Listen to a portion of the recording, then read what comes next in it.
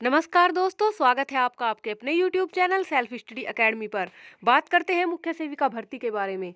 जैसा आप सभी लोगों को पता है कि आप सभी बहुत ज़्यादा प्रयास कर रहे हो मुख्य सेविका भर्ती को क्लियर कराने के लिए। जहाँ से भी आपसे प्रयास हो रहा है वहीं से भी आप कर रहे हो।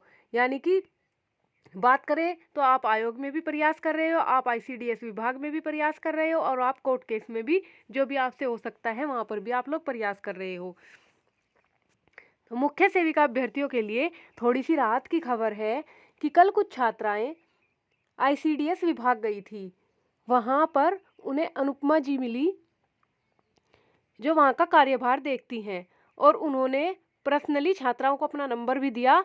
और जब छात्राओं ने उनसे पूछा कि मैम आपने अपनी तरफ से एफिडेविट कोर्ट में क्यों नहीं लगाया है कि आप 126 सीटों का आप लोग क्या करोगे, तो उनका जवाब था कि हम इस बारे में अभी जानकारी करते हैं। उन्होंने अपने पियोन को बुलाया, उन्होंने जो पुरानी फाइल थी वो निकलवाई और उन्होंने कहा कि हम इस पर जांच करेंगे कि क्यों नहीं गई। देखने के बाद उन्होंने कहा कि आप लोग मुझे 4 दिन का समय दीजिए, उसके बाद हम कोर्ट में अपना पक्ष रखते हैं किसी 126 सीटों का क्या करेंगे। और आप लोग बिल्कुल भी चिंता मत कीजिए। उनका व्यवहार बहुत ही अच्छा था, बहुत ही सकारात्मक उन लोगों ने बात की और ये भी कहा कि आप लोग बहुत अच्छा कार्य कर रहे हैं कि अपनी भर्ती के लिए आप लोग इतने सक्रिय हैं, इतनी सक्रियता से आप लोग यूनिटी में प्रयास कर रहे हैं। लेकिन सबसे बड़ी बात यह है कि इतनी सारी लड़कियां जाने के लिए तैयार थी, लेकिन वहां पर कुछ ही लड़कियां पहुंची। ग्रुप में सभी ने कहा था कि 300 से 400 लड़कियां वहां पर जाएंगी, लेकिन वहां पर जब लड़कियां पहुंची तो उनकी संख्या 15 से 20 के समथिंग थी। तो ऐसा नहीं होना चाहिए। अगर आप लोग कहते हो कि जाएंगे तो आपको जाना चाहिए। अगर आपको नहीं जाना है तो आप लोग पहले ही आप लोगों को क्लियर कर देनी चाहिए। भ्रम में रखना गलत बात होती है। दूसरी बात, वहाँ पर जब कुछ छात्राएं गई तो वे अपनी भर्ती से बहुत ज़्यादा गुस्से में थी कि कुछ कार्य नहीं हो रहा। तो उन्होंने वहाँ पर क्या किया, जो वहाँ के पियोन थे उनसे झगड़ा भी कर लिया। कुछ छात्राओं ने वहाँ पर बात भी संभाली। ऐसा भी नहीं आप लोगों को करना है, क्योंकि विनम्रता से ही कार्य होता है। विनम्रता से आप कुछ भी करा सकते हो, लेकिन गुस्से से आपकी कोई भी नहीं सुनेगा। आप लोग विद्यार्थी हो, आपका व्यवहार ही आपकी पहचान है। अगर आप लोग उल्टा सीधा व्यवहार करेंगे तो कल आप एक जिम्मेदार पोस्ट कैसे संभालेंगे। आप एक अधिकारी के सामने खड़े होते हो तो आपके शब्दों में शालीनता होनी जरूरी है, क्योंकि वो अधिकारी भी आपकी बात तभी सुनेगा जब आपके शब्दों में शालीनता होगी। अगर आप शालीनता नहीं रखोगे तो कोई भी आपकी बात नहीं सुनेगा। आपने देखा होगा बड़े से बड़े लोग कड़वी से कड़वी बात को इतने शालीन शब्दों में कह देते हैं कि सामने वाले को अपनी गलती का एहसास भी हो जाता है और झगड़ा भी नहीं होता। लेकिन कुछ छात्राओं ने क्या किया, मानते हैं कि उम्र कम है या फिर भर्ती की वजह से गुस्से में है, भर्ती को 4 साल होने वाले हैं, तो उन्होंने क्या किया कि उन्होंने पियोन से झगड़ा किया कि हमें मैडम से मिलवाओ, हमारी भर्ती क्यों पूरी नहीं हो रही है, हम बार बार ऐसे ही आते रहेंगे क्या। तो इस तरह का उन लोगों का व्यवहार था। तो सभी छात्राओं से निवेदन है कि इस तरह का व्यवहार ना करें। आप बहुत शालीन हैं, आप सभ्य हैं, आपने मेहनत भी की है, आपने एग्जाम दिया है, आप एक जिम्मेदार पोस्ट के लिए प्रयास कर रहे हैं।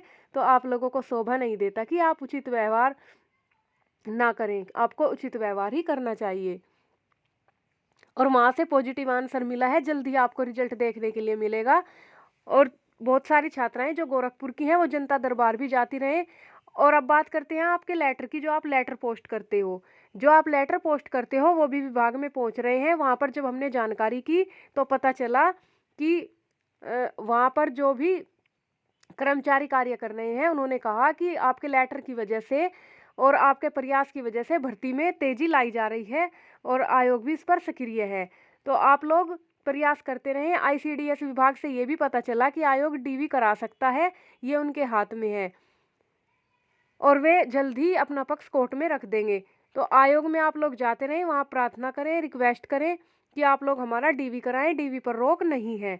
तो हो सकता है आप लोगों की DV हो जाए, क्योंकि चुनाव में अगर आचार संहिता अब मार्च में लग जाती है तो भी आपकी डॉक्यूमेंट वेरिफिकेशन नहीं रुकेगी, क्योंकि पुरानी भर्ती जो होती है वो चलती रहती है, नई भर्ती नहीं निकलती है आचार संहिता में। तो आचार संहिता में आपका डॉक्यूमेंट वेरिफिकेशन हो सकता है, इसलिए निश्चिंत रहें, चिंता बिल्कुल भी ना करें। वीडियो को ज़्यादा से ज़्यादा लाइक और शेयर करें, चैनल को सब्सक्राइब करें, क्योंकि आपको सही जानकारी हम समय से देते हैं। ये सूचना हम आपको कल भी दे सकते थे, लेकिन तथ्यों को प्रमाणित करना जरूरी होता है कि वास्तविकता का पता लगाया जाए कि ये खबर सच्ची है या झूठी है। लेकिन ये खबर सच्ची है। लड़कियां ICDS विभाग जाती रहती हैं और कल भी गई थी और उन्होंने वहाँ से पॉजिटिव आंसर दिया। जल्दी आप लोगों को इसका रिजल्ट देखने के लिए मिलेगा। आप लोग बिल्कुल भी चिंता ना करें। साथ ही साथ जनता दरबार आप लोग जाते रहें, आप लोग आयोग भी जाते रहें, प्रार्थना पत्र देते रहें अपने डॉक्यूमेंट वेरिफिकेशन के लिए, और आप लोग ICDS विभाग में भी जानकारी करते रहें।